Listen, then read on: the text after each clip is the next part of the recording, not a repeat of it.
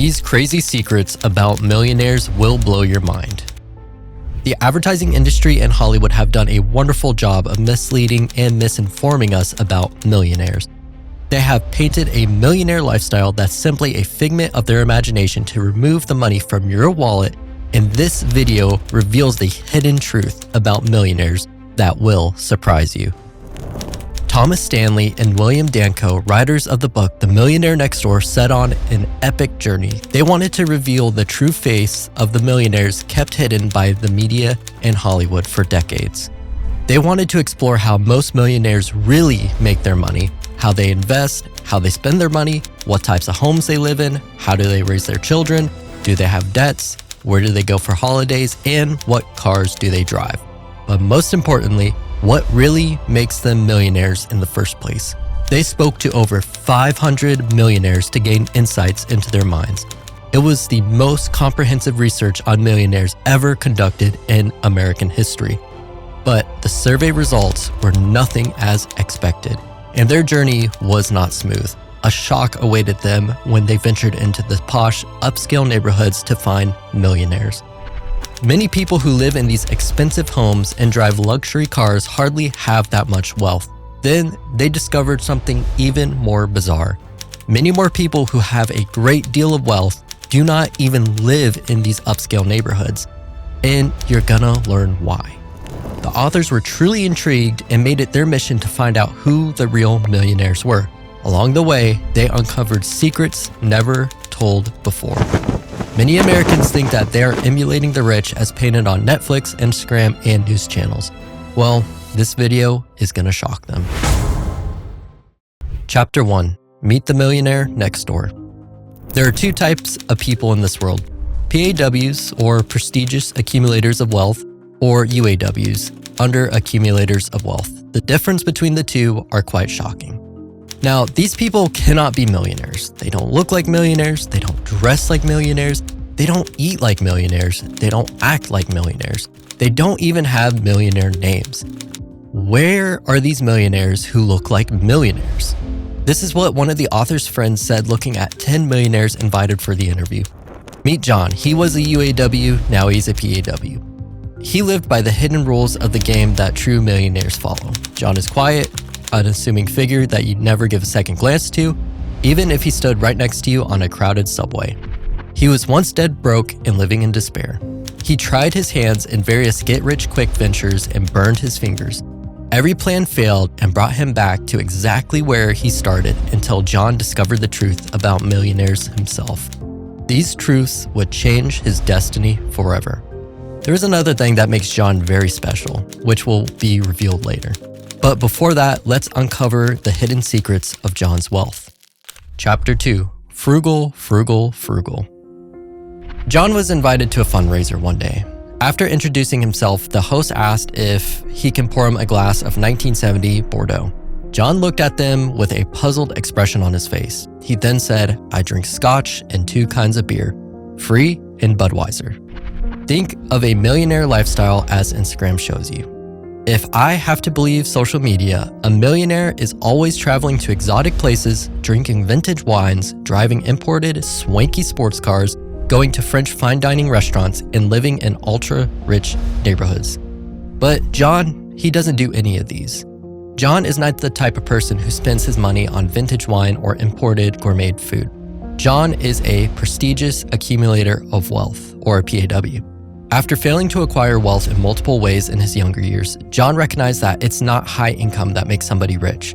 It's their character that makes wealthy people really wealthy. It's their attitude towards money that makes them millionaires. The true millionaire lives well below their means. They have stealth wealth that doesn't shine on the surface. Their richness doesn't scream at the top of their voice for attention. This is the reason why you won't find John driving an imported sports car, wearing Gucci clothes, showing off his new Rolex, or living in a mansion. That's why you won't recognize him. John, where he stands, next to you, it's in a crowded subway. The millionaire next door does a lot of things differently, but paying for status symbols is not one of them. John lives the life of a true millionaire, but John doesn't make it to the headlines because it's not cool to talk about the boring stuff. It always makes a good story to talk about the sportsman who recently bought a yacht or a private jet. But who is interested in talking about John when there's nothing flashy about his lifestyle? Social media tries to push us to believe that if you don't show it, you don't have it. Could you imagine a social media influencer hyping the frugal lifestyle of the typical American millionaire? What would the results be? No likes, no followers, and of course, no social media engagement. So you will hardly ever hear about John on social media or even business news channels. The funny thing is that people posing as the wealthy rather than becoming truly wealthy get all the attention. Many Americans, especially those in the UAW category, know how to deal with their income. They simply spend it. The sad truth is that few could have ever supported a high consumption lifestyle and become millionaires in the same lifetime. Many people who claim to be doing so are simply lying because they are hiding a glaring truth. Just like the effort needed to keep your newfound wealth. Chapter 3. Even the fittest need to exercise. John's high-income, low-net-worth friends often make fun of him for his frugal lifestyle. They wonder why John needs to have a budget or plan his expenses when he has millions to spare. To this, John replies with his characteristic style. He explains in analogies, and one analogy goes like this. Have you ever noticed those people you see jogging day after day? They're the ones who seem like they don't need a jog, but you may be asking, why are they jogging after all? They look absolutely fit and fine. But here's the catch. They're fit because they jog every day. Once they stop putting effort and sweating daily, they will soon lose their endurance, flexibility, and strength. Even millionaires need to be frugal to stay financially fit. John's hard days taught him one valuable lesson. It's that much like physical fitness. Financial fitness is not a one-time achievement. You can't just say, I've built enough muscle now. I can skip the gym and indulge in some massive hamburgers and cans of soda. Financial discipline, like exercise, requires constant attention and effort to maintain. You may have seen people having short-term goals to build muscle or become fit in weeks. So they start working out vigorously and never skipping the gym for just the first few weeks. Soon enough, they lose motivation to follow through. Some people try to build wealth in that fashion. They start a business, they put in a lot of effort, and start earning a lot of money. But eventually, they often spend it all because they fail to stick to the basics. Millionaires like John become millionaires by budgeting and controlling expenses, and they maintain their affluent status the same way. So yes, even the millionaires need to budget. Even the richest of the rich need to review their expenses and cut their indulgences. Earning a high income is one thing, but accumulating wealth and making it grow needs planning, budgeting, investment, and living below one's means. Here are some millionaire secrets that Instagram doesn't show you. Real millionaires like John prepare and follow a detailed household budget. They know how much they and their family spend on food, clothes, housing, and other essentials. Moreover, they have clearly defined daily, weekly, monthly, yearly, and lifelong financial goals. They spend a lot of their time planning their financial future and controlling their own destiny. Moreover, the real future millionaires subscribe to this channel. Well, that's actually a joke. But it took John decades to learn that wealth is more often the result of a lifestyle of hard work, perseverance, planning, and most of all, self-discipline. John's friends love their social status, and that's where a big hidden danger actually lies. Chapter 4. Financial independence over displaying social status. John is the perfect millionaire next door who cannot care any less about displaying social status. He has seen his friends squandering millions of dollars only to impress their neighbors and relatives. Experience taught John a deep secret about wealth. The fact is that it's much easier in America to earn a lot than it is to accumulate wealth. Social pressure can push you to the high income group, but that's not a guarantee you'll end up accumulating a fortune for yourself and your family. Just because you live in a fancy neighborhood and drive an expensive car doesn't mean you are rich. John, like most millionaires, lives in less costly areas because it costs a lot more money to keep up with the Joneses. So posh, upscale neighborhoods require more than just being able to pay the rent or mortgage. To fit in, you have to spend a large share of your income on clothing, cars, landscaping, house maintenance, furnishings, and so on and so forth. But look at John. His brand of watch is a Timex, not a Rolex. He doesn't drive the latest model of Porsche. Rather, he owns a second-hand Toyota. A car is a depreciating asset. The rate of depreciation is at its peak in the first few years of purchase. So buying a 2 to 3 year old car means the original owner has paid for much of that depreciation, while John can still derive great value. John would choose to pour his resources into profitable businesses rather than squander them on an extravagant vacation to a private island. For him, the thrill of building wealth and securing a future far outweighs the fleeting indulgence of luxury. Why does John live below his means? This means that he values financial independence more than maintaining a social status. At the end of the day, John finds greater peace of mind than those in his income bracket who aren't financially secure. While others may indulge in short-term comforts, he built a foundation that offers stability and confidence for the future. And when somebody approaches John for money advice, here's what he has to say. If your goal is to become financially secure, you're likely to attain it. But if your motive is to make money to splurge on things that you really don't need, you're never going to make it. If you make a good income every year and spend it all, you're not getting wealthier. You are just living high. Wealth is what you accumulate, not what you spend. But those broke people posing as wealthy on Instagram are deceiving you when they say that wealth and hyperconsumption go hand in hand. So if John is not shopping around or going on expensive holidays, what is he doing with all of his time and money? This takes us deeper into the rabbit hole. Chapter 5. Time, money, and effort in the right place. They say numbers don't lie. So here's a number. High net worth people spend nearly twice the number of hours per month planning their financial investments compared to low net worth individuals. PAWs spend an average of 101 hours a month on investment research compared to 55 hours by UAWs. So while low net worth individuals are spending their time researching the latest model of Lamborghini or Rolls-Royce, John spends his time and efforts on investment research, which businesses to enter, which assets to buy, and which profession to explore. John's behavior is not simply a result of gut feelings. He swears by data. Studies show there is an inverse relationship between the time spent purchasing luxury items and the time spent planning one's financial future.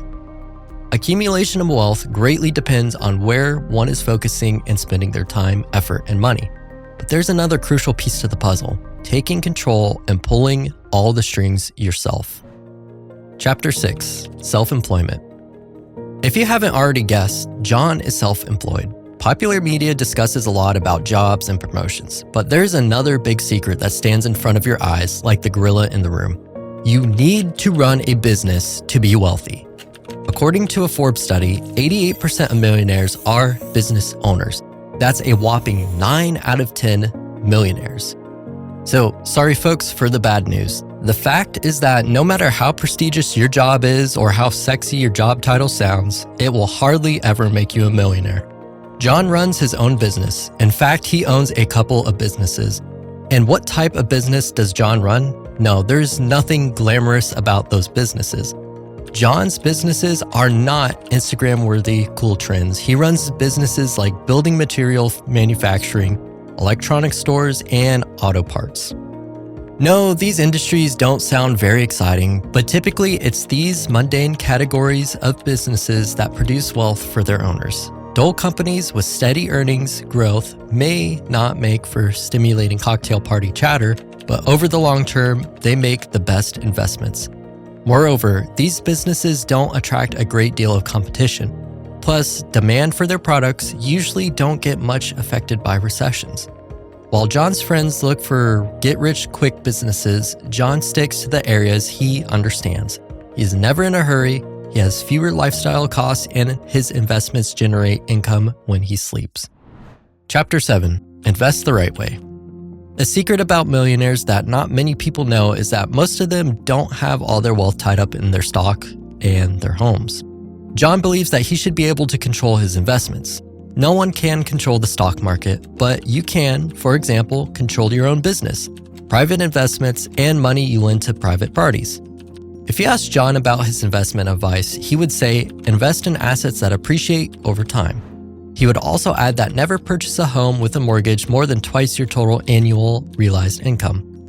Most low net worth individuals don't spend much time on investment research because they are hardly serious about their investments. They keep their money in cash or cash equivalents such as savings accounts and money market funds.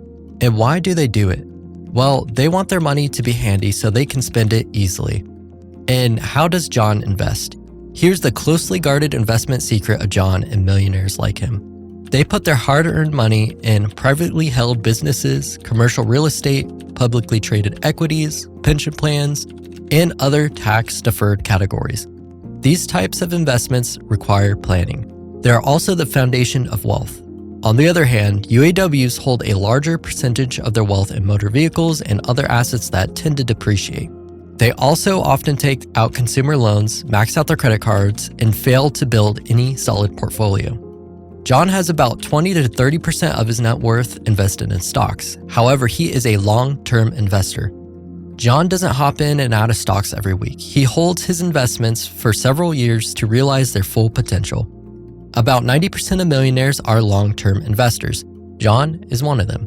But financial investment is not the only type of investment John makes. Chapter 8. No Economic Outpatient Care. Over the years, John has invested in his children. Not a financial investment. It is an investment of time and effort to raise them the right way. John has become successful in passing his qualities of frugality, entrepreneurship, planning, and investment to his children. This means that John's children are not financially dependent on him. That's probably something you were not really expecting. You may have seen that many so-called rich people spoil their kids with money and expensive purchases. But really wealthy people like John don't raise their child that way. The more dollars adult children receive, the fewer dollars they accumulate, while those who are given fewer dollars accumulate more. So John made his children independent and taught them the value of earning their own wealth. After all, most millionaires like John are self-made. According to a Fidelity study, about 80% of all millionaires earn their wealth on their own. John has one advice for his rich friends. No matter how wealthy you are, teach your children discipline and frugality. Wealth is not built through gift-giving, but through the exploitation of the right opportunities. But how do you spot these opportunities? Chapter 9. Follow the rich for opportunities. The large majority of millionaires like John are not the descendants of rich people like the Rockefellers, Carnegies, and Morgans of the world. They did it slowly, steadily, and without signing a multi-million-dollar contract with the Yankees, winning the lottery, or becoming the next Taylor Swift. They simply looked for opportunities, waited for them, and pounced at the right moment. So what's John's big secret about finding opportunities? One secret John didn't share with many is that he runs businesses that have affluent clients. While many rich people are frugal, when it comes to consumer goods and services, they are ready to spend on other things. For instance, investment services, accounting services, tax advice, legal service, medical care, educational products, homes, and products and services for their businesses. Wealthy people want to grow their businesses. John has many such clients looking for business services and ready to pay handsomely for the same. They are willing to pay you the price you ask as long as you solve their problems. John's other secret is to sell his intellect. If you ask John what does it mean, he would say government and or creditors can confiscate a business composed of land, machinery, coal pits, building, and so on and so forth. But it cannot confiscate your intellect. Throughout his life, John has made a lot of money through professional services to rich clients. What do professionals like John sell? Not coal, not paint, not even pizza. What they sell most is all of their intellect. Sell your intellect. It's portable across industries and geographic locations. According to the latest studies, more than 37% of American households have an annual income greater than $100,000, but less than 50% of those have a net worth greater than $1 million. So what's the problem? The problem is not income. The problem is not being John. The true secrets of wealth aren't reserved for a very select few. They are within reach for all of us. John is not some distant figure. John is me. John is you. John is an encapsulation of the principles of a millionaire outlined in the book, The Millionaire Next Door. We all have the potential to achieve financial success through the lessons of frugality, discipline, and smart investing. By prioritizing long-term growth over short-term indulgences, we can build wealth step by step. You are not bound to a life of poverty merely because your parents were poor, nor are you doomed to lose your wealth because your parents are wealthy. John's journey teaches us that it's not about flashy lifestyles or high income. It's about making informed choices, investing wisely, and living within our means. These principles are laid out in the Millionaire Next Door, and they're not just theories. These are actionable steps we all can take. True Path to Wealth is available to anybody willing to follow these steps. And I've done a crazy thing. I have laid these steps out in multiple videos that you will need to see, all on my channel for free. Go ahead, click on the title card. It will recommend the best video for you.